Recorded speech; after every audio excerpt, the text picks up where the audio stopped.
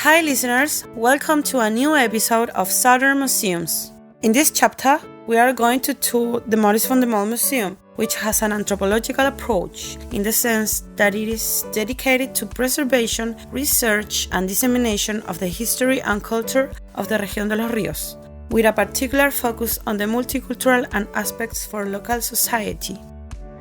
We were also able to talk with two members of the museum management team who shared some information with us.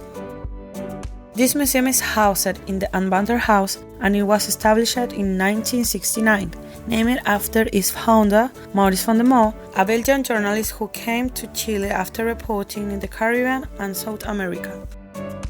Maurice stood out for his dedication for preserving the local historical heritage, particularly in Valdivia. His work was crucial in safeguarding the cultural and architectural memory of the zone, which was at the risk of being lost due to neglect at the time.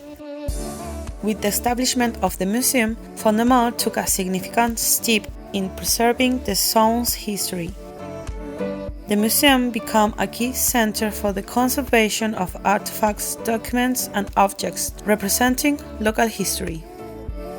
The garden of Anbander House follows the traditional style of 19th century European gardens, especially those Germans' inspiration. Romantic gardening touches can also be found, with more natural and less structured areas that reflect a more scenic approach.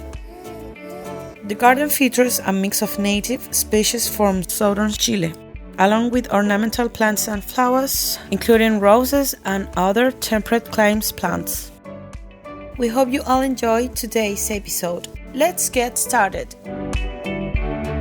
The Museo Histórico y Antropológico, Maurice van der Mol, has an entry fee of 2,000 Chilean pesos for the general public and offers free admission to students of the Universidad Austral de Chile.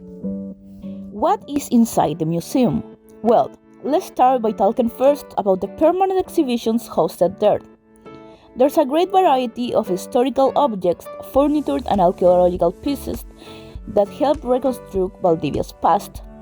The first floor is made to resemble the living rooms of old Spanish, Chilean, and German mansions, with elements from different periods of time, like the Spanish conquest, colony, or the early Republic of Chile. On the other hand, the second floor exhibits different objects from the Mapuche culture, mainly silverware, pottery, and textiles. You can also find elements of the Spanish conquest and the military life. The exhibition, 60 en los 70, 6 décadas de la historia de la Dirección Museológica UACH, is currently on display at the museum. Its main purpose is to celebrate and reflect on the legacy and evolution of the university's museological direction. Through 6 thematic spaces, visitors can explore key moments in its history, from its founding and expansion to its present role as an inclusive and reflective space. This exhibition, created to commemorate the 60th anniversary of the museological direction, will remain open until the 1st of December. One aspect of the exhibition I found particularly interesting during my visit to the museum was the interactive space where visitors can anonymously share their thoughts about the museum's future and their hopes for it. So we are here at the Maurice van der Mol Museum with Roberto Bossat. He will explain us a few things with a question we're going to ask him.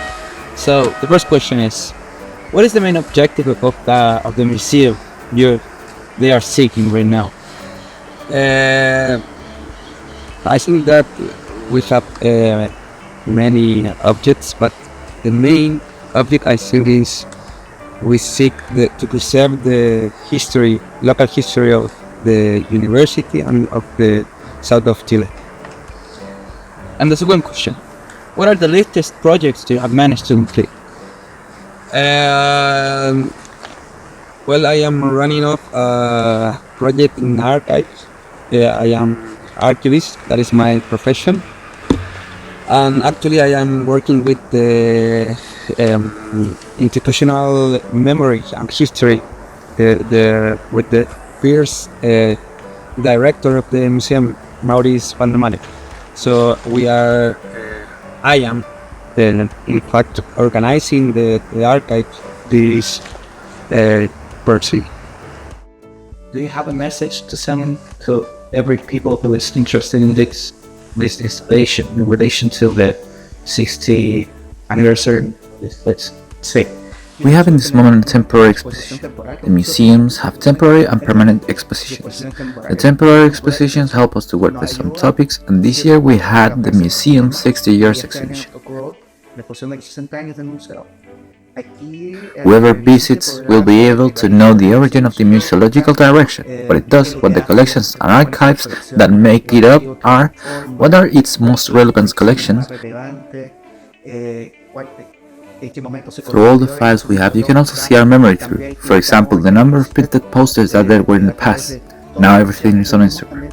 For example, now they will be able to see the diversity of things we have done during the 60 years. And there's also an invitation for people to sit down after these exhibitions and help us think and imagine how they imagine the museological direction in the future. The invitation is so that they can also write at the desk, looking at the city, the river, getting inspired. And they can leave their contribution there so we can see them and we will try to incorporate them into the museography. So, that's it. Thank you so much. In the next episode, we are going to explore the Museo de la Exploración Rodos Amandos, Philippi. Stay tuned.